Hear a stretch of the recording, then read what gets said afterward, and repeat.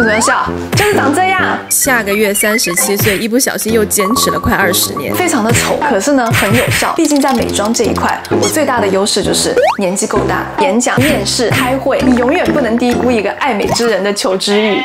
嗨，我是安娜，欢迎回到我的频道。前一阵子呢，和大家分享了我的10个变美小习惯，现在已经2个礼拜过去了。这个期间，不知道大家看完影片之后有没有养成一些新的变美的好习惯呢？上次呢，和大家介绍了我很喜欢的田中按摩法，很多观众都留言说具体要怎么做。其实田中按摩法去 YouTube 上面直接搜索就有，但是呢，完整版的田中按摩法其实还是蛮细节蛮长的。在我平时时间不允许的情况下，我也会跳过其中的一些步骤。所以今天呢，就来和大家分享一个我几乎每一次保养护肤都会用到的一个无工具版的按摩步骤，非常的简单好用，也顺便和大家聊一聊大家敲碗很久的美容仪小心得。影片的最后呢，还会再教大家2个急救级别的面部放松锻炼的小方法，记得一定要看到最后啊！让我们马上开始吧。首先呢，就是要准备一个干净的脸蛋，脸一定要洗干净，然后呢，一定要涂抹足够的面部精华油，或者你喜欢的乳霜都可以。因为呢，我们在按摩的过程中，我们的手会一直接触我们的皮肤，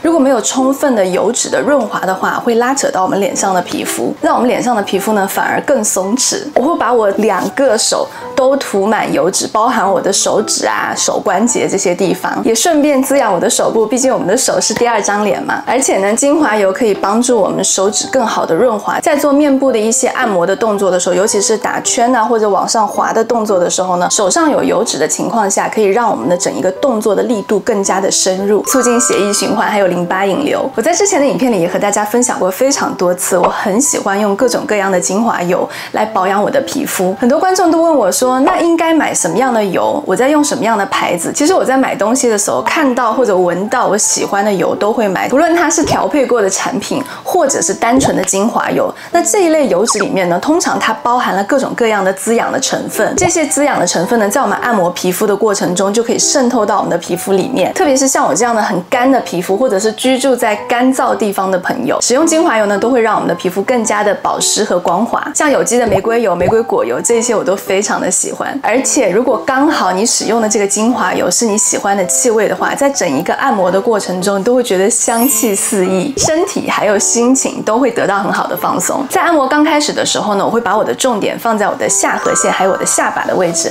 因为这2个位置浮肿啊，整个脸就会看起来非常的浮肿，而且会让你看起来很胖。方法呢，就是用我们的拇指还有食指轻轻的按住下巴的中央，然后沿着我们下颌线的位置推向我们的耳垂。动作呢就重复3次，我这边都是讲重复3次，但是如果你时间足够，然后又希望有更多的效果的话，重复4次5次都是没有问题的。那这个动作呢，可以促进面部淋巴引流，然后减少我们的面部的浮肿，紧致我们的下颌线。接下来的这个动作呢，我愿称之为微笑唇的按摩手法。这个动作呢，可以放松我们嘴巴边上的肌肉，让我们的嘴巴呈现一个非常漂亮的形状，一样也是做3遍。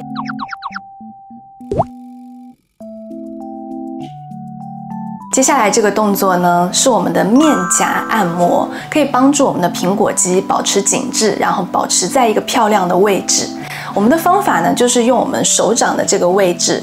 然后按住我们的下巴往上推，把我们的苹果肌推到一个酸酸胀胀的位置之后，然后再往2边耳朵的方向，最后再顺着我们耳朵的这个方向，从侧面顺着我们的淋巴往下滑。这个动作呢要大力一点，所以在做的时候会有一点点痛，可是呢可以很好的提升我们的苹果肌。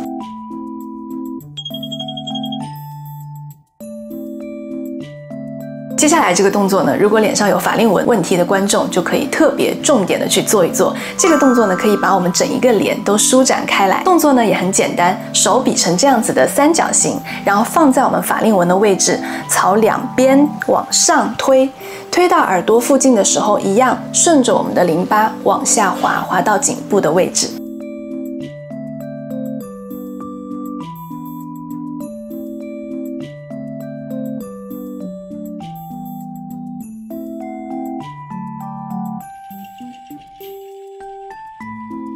接下来这个动作呢，就是按摩鼻子。首先用我们的中指在我们的鼻翼2侧这样子上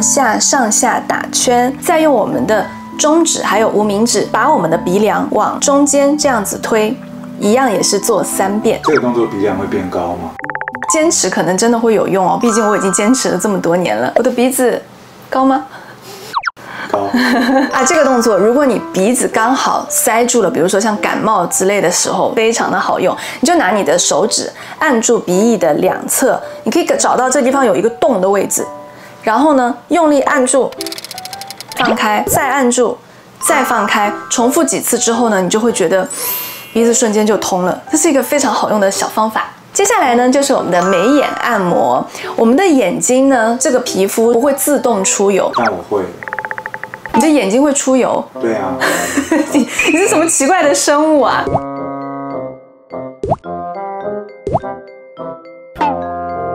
这个地方的皮肤呢又非常的薄，所以我们在按的时候呢要很小心。我会习惯用无名指，因为无名指的这个力量啊不会太大力，也不会太小力，就是去按压我们眼部的周围的位置，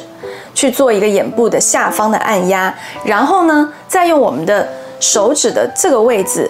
去刮我的眉骨，往两边刮。有些时候，如果你的精神很紧张，或者你的状态不是很好的时候，你会发现你在刮眉骨的时候，有咯咯咯咯咯咯咯咯的那个感觉，会有一节一节的那种感觉。但你如果常常刮的话，那个节一节一节就会不见。然后也有一种方式可以同时按摩到你的眉骨的下方跟上方，就是用你的手指用这样子的方法，然后框住你的眉毛，往两边。这样子按摩也是可以的。再接下来这个动作呢，就是放松我们的额头，因为额头也是一个比较容易水肿的部位。那这个部位的按摩呢，就可以减少一些我们因为做表情产生的一些动态纹，像抬头纹这样子的一些问题，而且也会让我们的精神得到很好的放松。方法呢也很简单，就是用我们的4个手指这样子并起来，然后在我们的额头上上下上下上下上下，再回去，这样我们算1轮，做3次这样子的动作。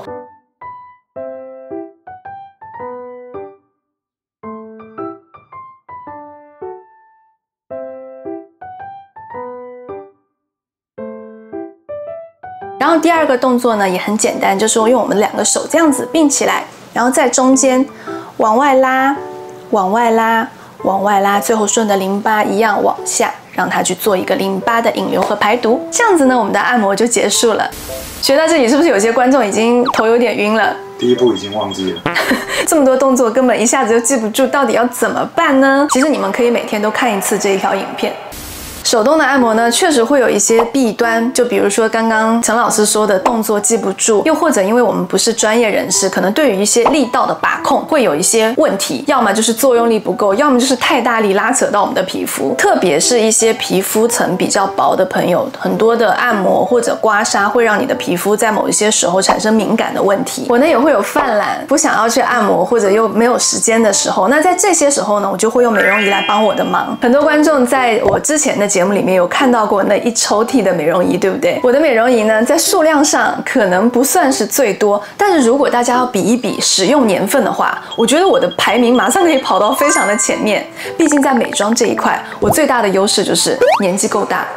美容仪这个话题啊，如果要仔细聊，真的可以聊很久，因为各个功能、各个技术都不一样，有的针对消水肿，有的是美白，有的可以导入，有的可以导出。我在做这个选题的时候，非常努力的在回想自己当初最早买那一台美容仪的时候的心情，再加上我去看了一下我们频道观众年龄的分布，有43%的观众是落在25到34岁的这个年龄阶段。这个年纪呢，多多少少开始会面临一些面部初老的问题，像一些皱纹啊，甚至松弛都慢慢的在脸上显现出来。所以呢，当我开始要聊美容仪这个话题的时候，就决定我们先来聊一聊针对抗初老、去水肿的美容仪。那在这个类别里面，我排了一下，我觉得 CP 值的战斗机应该是这个极萌的大熨斗。这个呢，它也不算新品了，其实已经蛮久了，价格和其他的机器比起来也算是平易近人，而且也没有什么花里胡哨的功能，它就是快速消水肿，然后保持肌肤的紧致。所以应该说它是一台非常值得的入门级的美容仪。那其他功能类型的，像是美白的、淡斑的，有一些导入导出功能的，我在之后的节目里再和大家来分享。那我呢，一般是早上起床没有时间让我在那边慢吞吞的去按摩我的皮肤的时候，会使用美容仪。因为像刚刚我的按摩那样子，最快也要4-5分钟，而且因为力道各方面的控制啊，效果也不一定每一次都一样。但是如果我使用美容仪的话，我想要消水肿这件事情，3分钟就可以解决这个问题了。再加上它是电器嘛，只要它有电的情况下，我在我脸上使用，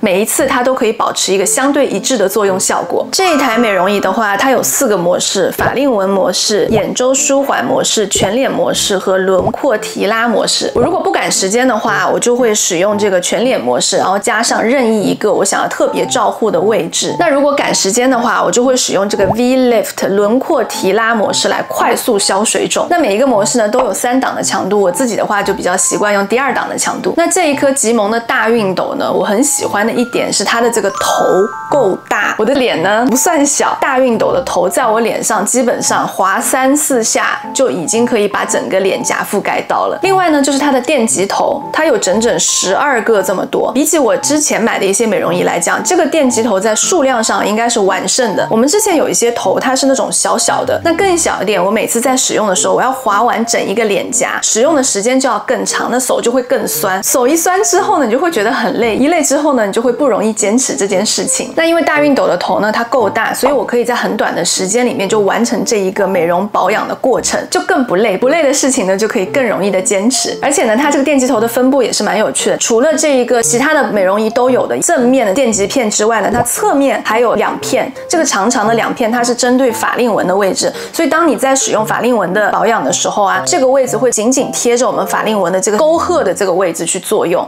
然后再加上在使用一个眼部模式的时候，它的整一个作用是在这个尖尖角的位置，就很像我们女生在化妆的时候那种好用的粉扑会有一个尖尖角。个人的感受是在脸上是几乎没有死角的。那像我有这么多的美容仪，每一台机器它在功能属性不同的情况下使用的技术也会相对不一样。那像这一台机器呢，它用的就是 EMS 微电流的一个技术。那 EMS 这个技术呢，放在现在来讲，它已经是一个非常成熟的技术了，不论是在脸部按摩还是在身体肌肉的按摩、身体肌肉的恢复上都有非常广泛的应用。我买这个机器的时候呢，它就已经附了这个沁柔保湿凝胶，所以每次在使用的时候呢，整一个 EMS 的微电流就可以透过这个凝胶的传导，刺激带动我们面部的肌肉。这就是为什么我们在使用大熨斗的时候呢，我们的脸部会这样子一下一下一下的抽动，就很像章鱼在洗脸一样，很带感。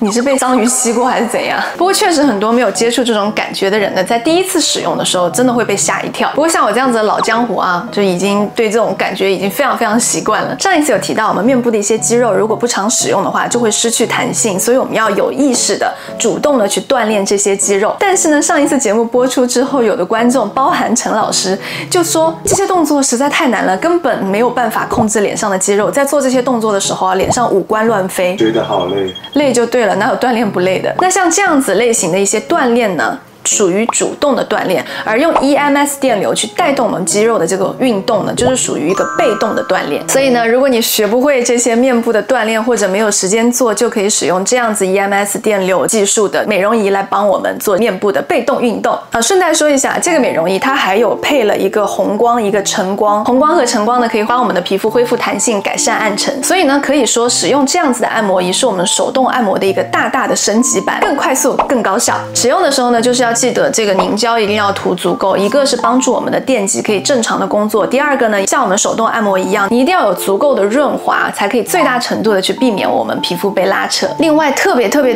要注意的，使用美容仪的时候要避开这个位置，这一块喉结附近的位置，几乎每一个美容仪都会提醒你不要使用这一个位置。除了这个位置之外，其他的像这种肩颈的地方或者手腿，你想要用什么地方都是可以的。再来呢，就是因为这个美容仪啊是充电的，它没有线，不用线，所以有些时候我们很忙，我会带着这美容仪在车上路途的过程中，我就会使用它。陈老师开车，我就在旁边做脸，然后再用棉片清干净我脸上的凝胶，再做后续的护肤还有防晒，1分钟都不浪费，下车就是一个很好状态的皮肤，这也算是我一个好状态的小心机吧。刚刚也有和大家说啊，这台机器属于抗初老的入门的一个很棒的选择，但是既然是入门的选择，它就一定会有一些小问题。比如说呢，我觉得它这个电极头，它就做的有一些凸起，所以导致凝胶会卡在里面，你在后续清洁的时候呢，就会需要花一点力气。那我的方法呢，就是正常的用湿纸巾擦完之后，再用这样子的棉花棒，然后把它这个沟沟缝缝就把它清干净。再来呢，就是它的这个凝胶，比起更贵价的凝胶来讲，它会更快的干，所以我在使用的时候呢，做哪边我就上哪边的凝胶，做完一边之后要做另外一边的时候再上另外一边的凝胶，然后呢，在我感觉到它已经有一点干的时候呢，就会用纯水的喷雾来帮忙加湿。即日起购买吉蒙大运动美容仪，使用折扣码可以现折1000元哦，还有下单礼抽奖礼等你拿。那关于美容仪呢，我也有一些积累了10几年的小心得和大家分享。首先第一点就是要弄清楚自己的目的到底是什么。到目前为止啊，几乎你可以看到市面上所有美容仪的宣传都说自己是全能机，什么都可以帮你完成。但事实上，我们透过他们的技术就可以了解到他们的一些主打功能。比如你明明想要美白，结果你买了一台肌肉紧致的功能，那可能效果就不会让你很快速的满意。不过呢，因为我们的皮肤是一个整体嘛，当你的皮肤紧致状态好的时候，通常看起来也会更透亮一点点。第二点呢，就是买符合现阶段需求的机器。很多人在买东西的时候啊，喜欢一次攻顶，买到大满配。那美容仪呢，它归根结底也就是一台电器，和其他卷生卷死的电器比起来，它过得并没有比较轻松。各家呢都是你追我赶，新功能一个接一个。那既然是电器，它就一定会有更新换代，价格和功能呢，在一定程度上也是成正比的。就跟手机一样，今年的天花板可能就是明年的楼梯板。我之前呢买过一台台币差不多6万多的美容仪，那个时候那台机器真的是高端到飞起。不过那台机器的技术你要放在现在，我觉得应该算是很多这个功能类型的美容仪的标配。而且呢，随着我们的年龄的增长，我们的皮肤状态和护肤保养的需求也会跟着有一些改变，所以我非常建议大家可以去购买符合你现阶段皮肤状态需求的机器就可以了。毕竟变美这件事情，比起科技突破来讲，更重要的是坚持。第三个是美容仪，不是刮痧板。很多人买了美容仪之后啊，拿回家在脸上做这个保养的时候，还是会习惯用非常大的力气。就像陈老师，每一次他在用美容仪的时候啊，就非常的大力，仿佛要用他的内力把这个功能逼进自己的皮肤里。事实上根本就不需要。像这台机器主要的技术是 EMS 微电流，这个微电流正确使用凝胶的情况下，只要贴在皮肤上就可以传导进你皮肤里面，帮忙带动你的肌肉，不需要你这么大力压进去。老师，我有问题，请说啊。那用比较大力没有好处的话，它会有坏处？当然会有坏处啊，就是会拉扯到你的皮肤。我们刚刚有讲嘛，我们使用美容仪很大的原因是因为我们在使用刮痧或者在按摩的时候，我们可能会控制不好力度，导致拉扯我们的皮肤。我们使用美容仪就是为了去避免这一些手动按摩可能会带来的弊端。你都已经花了那么多钱买美容仪了，就请你不要这么大力的，可以省一点力，轻轻的贴住我们的皮肤，在脸上滑动就可以了。它不是刮痧板。录着录着，我们把窗帘先关起来，实在是有点太热了。你们那边会很热吗？应该超热的吧，夏天。好，我们继续聊哦。第4点就是要注意后续的保养，非常重要的一点，不要用功效型的产品，注意防晒。这些功效型的产品包含了什么呢？酒精酸类美白，就像陈老师啊，经常会搞错。就比如说他已经做完美容仪了，马上又去使用了一个功效型，比如说美白的，再加上含酒精的产品，然后就会导致他的脸大过敏。感觉所有的错误我都犯了。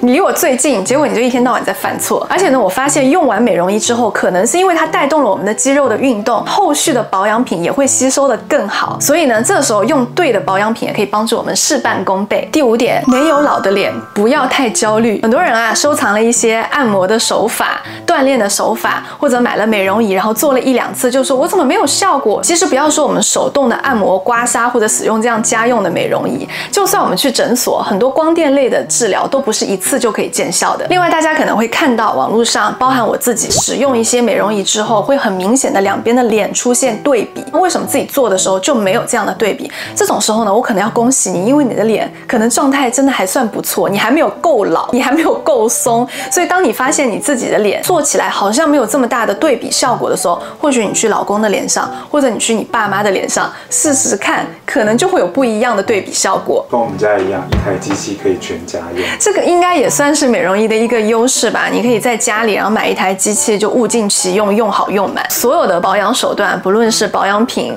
按摩、刮痧、美容仪，最高的期待就是把我们的状态保持在现在。所以呢，如果你下定决心开始，就坚持下去看看。第6个就是买有认证的产品。现在呢，你在网络上搜美容仪3个字，跑出来各个价格带的美容仪都有各种各样的功能，堪称是战国时代，各个厂商都想赚我们脸上的钱。所以呢，这种时候我们就要特别小心来路不明的产品，毕竟这个东西我们是用在脸上的。那对于我们普通人来讲，之前也和大家分享过，要怎么样最快速的去鉴别什么样的产品是可可靠的，那就是去看他们是否有合规的认证。像我这一整抽屉的美容仪，还有今天和大家分享的吉蒙的大熨斗，都是有各种各样的认证来保证他们的品质和安全的。好啦，那除了今天和大家分享的这个按摩还有美容仪的小心得之外呢，也追加2个动作来帮忙大家可以获得更好的面部状态。第一个动作呢叫漱口操，这个动作呢是上学的时候我们老师教给我们的，它非常的丑，可是呢很有效，就是长这样。